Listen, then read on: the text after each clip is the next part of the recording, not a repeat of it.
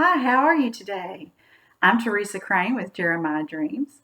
I'd like to share with you just a little something that is from when I was raising children.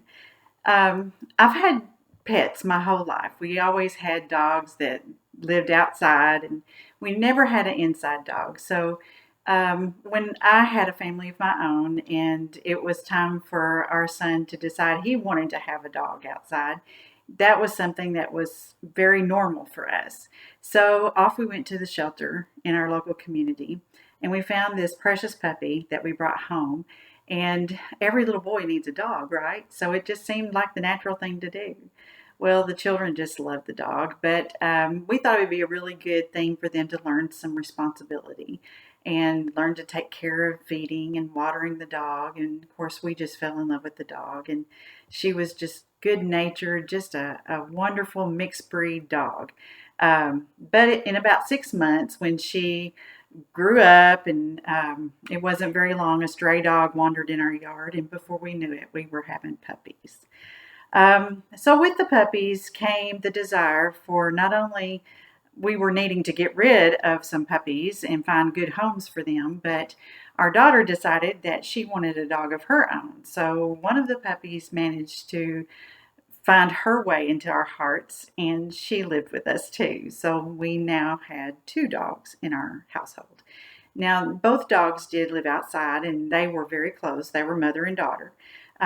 And one was always right there with the other, and they would just wag their tails. We would come home from work, and they were so loving, and they were so glad to see us come home.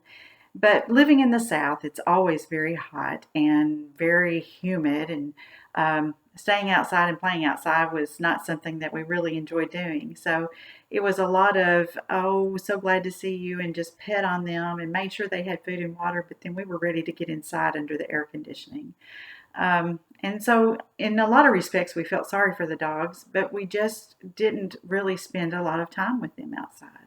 Well, as the years went by, the mother dog became very feeble, frail, not well, and we had to make some hard decisions. And it was time for her to cross the rainbow bridge, as they say. And we felt sorry for the remaining dog that was outside. Um, and it wasn't real long after that that we saw a family that was trying to find good homes for a litter of puppies. And my son was 17 years old at this time, and he fell in love with these puppies and wanted to bring one of them home, and not just to have another dog to live outside, but to bring it inside the home so that this could really be an inside dog for security reasons, but to really be one that was his, more so than the outside dog had been.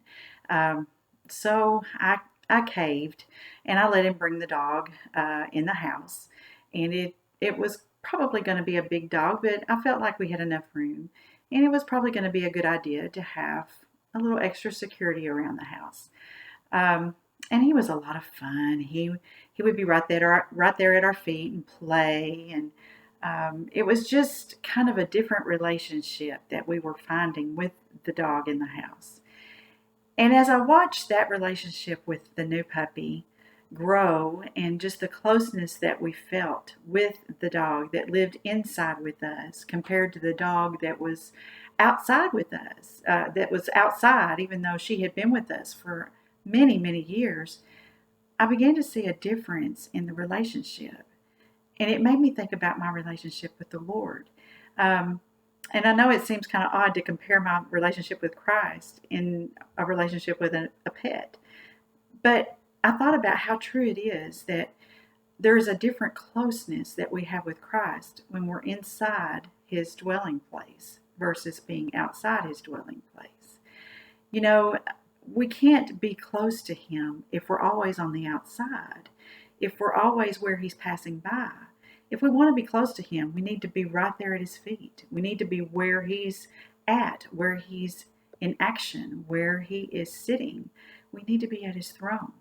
So that that scenario reminded me of a couple of passages of scripture. The first one's in Psalm 84:10, and I'd like to read that to you. It says, "For a day in your court is better than 1,000 elsewhere." I'm sure we've all heard that.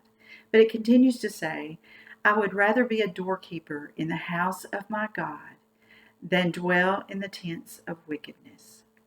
It also says in Psalm 65:4, Blessed is the one you choose and bring near to dwell in your courts. We shall be satisfied with the goodness of your house, the holiness of your temple. You see, don't ever be concerned or worried that Jesus might not want you near. He does want you near. He wants you to be in his presence. He wants you to come inside and abide with him. So don't feel like you have to live outside of his house. He wants you. He wants you to enter in. He wants you to sit at his feet. He wants you to be involved in his work. He wants you to have a relationship with him. So if you are a child of his and you feel like that there's been distance that has um, grown between you and him, just know that that doesn't have to remain. The distance can go away. All it takes is drawing closer, and he can draw you closer as well. Just ask him. Just come near. Get into his word. That's where you'll find him. Begin to pray. Begin to talk to him. Begin to just look for him in various ways throughout your day and just draw closer, and he will draw you near to him as well. I hope you found this to be encouraging to you. It is my desire to help you to look to him and seek him in a fresh new way. I pray that you will go about your day looking for him and draw closer to him and seek him in his word. God bless.